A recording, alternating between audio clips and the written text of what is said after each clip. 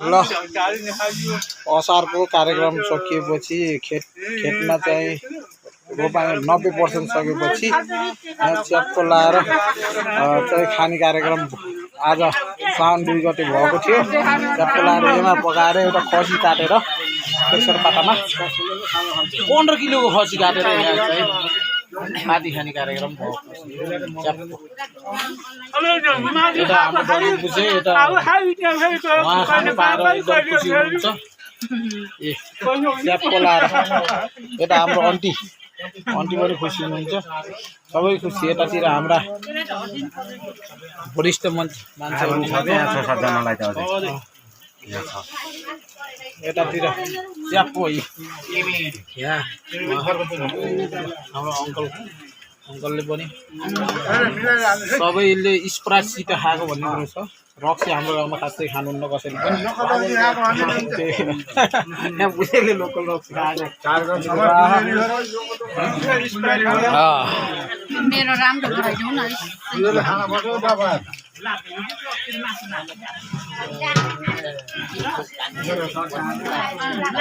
ओ पुसै यसरी खाना पाउँदा कस्तो लाग्यो भन्नुस् एकदम खुसी रमाइलो भन त्यसलाई कस्तो लाग्यो भन्नुस्। एकदम रमाइलो धनमाल त्यसरी खानुभयो। उहाँले त लगभग 50 खुर्सानी कम्मा पारेर देखाइदिनु खुर्सानी माइलोलाई गरेका धनमा खुर्सानी खाए देखाइदिनु न अरे हाम्रो आन्टीको पनि भिडियो हुँदैछ। हाम्रो बाटो परिवार खुर्सानी खाथे भन्ला के के बुढो अङ्कल आउनु भएन भन्ने कुरो छ।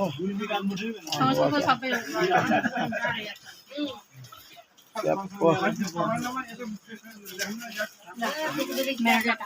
ल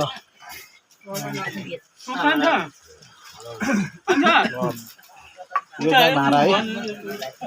सरी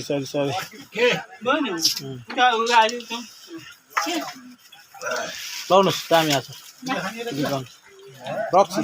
ए सरी लाउनुहोस् ल भिडियो लगभग 2-3 मिनटको भएको छ।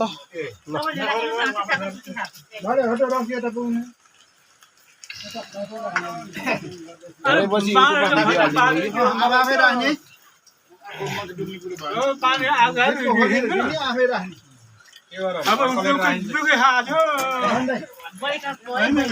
अब